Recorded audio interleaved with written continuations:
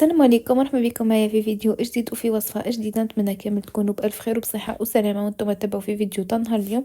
وصفة اليوم كما راكم تشوفوا هو القمح بطريقة سهلة وسريعة وتجي بنت ولا أروع. نبداو في طريقة التحضير. نحط في مقلاة على النار. واش نحتاج؟ عندي كمية تاع الزبدة، تكون هكاك مغرف كبيرة، تكون معمرة مليح تاع الزبدة. نزيد عليها بصلة متوسطة تكون مقطعة بهذه الطريقة. نقليهم مع بعضهم شوية حتى تذبلي مليح،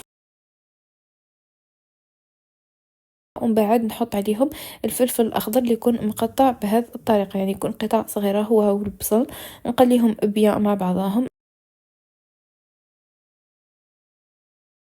نزيد عليهم الفلفل الأسود، ونزيد عليهم واحد 5 مغارف كبيرة تاع لاصوص طوماط، ونكمل نقليهم بيان مع بعضهم. اذا ما عندكمش لاصوص طوماط بطبيعة الحال تقدروا تستبدلوها بلا طوماط كونسونطري. من بعد نزيد عليهم الملح، ونزيد هنا عندي 2 كيسان تاع القمح.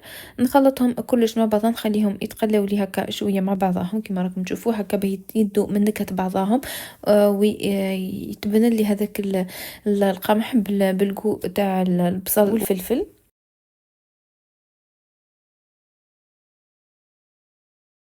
بعد هنا نبدا نمرق. انا درت 2 كيسان تاع مرق الدجاج و2 كيسان الاخرين تاع الماء، يعني كاس تاع القمح يهز لكم 2 كيسان تاع الماء.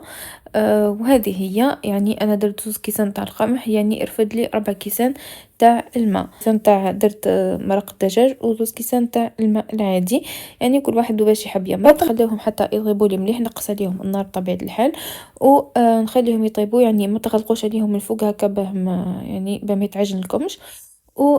نخليهم حتى يطيبوا لي. هنا من بعد ما طاب لي كما تشوفوا مازال فيهم شويه تاع لاصوص، نخليه حتى ينشف لي شويه.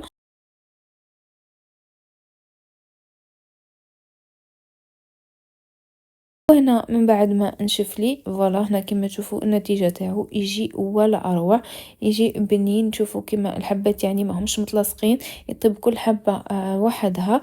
ودوك نحط لكم لامارك يعني اللي درتها لهذه الوصفه، لامارك تاع القمح اللي كنت استعملتها. هذه هي وصفه سهله وسريعه، يعني ما تطلبش كامل الوقت، والاهم انه تجي بنينه ومغذيه. وهنا انا كنت رافقتهم بالدجاج، يعني تقدروا ترفقوهم بوش تحبوا نتوما، لكم حرية الاختيار.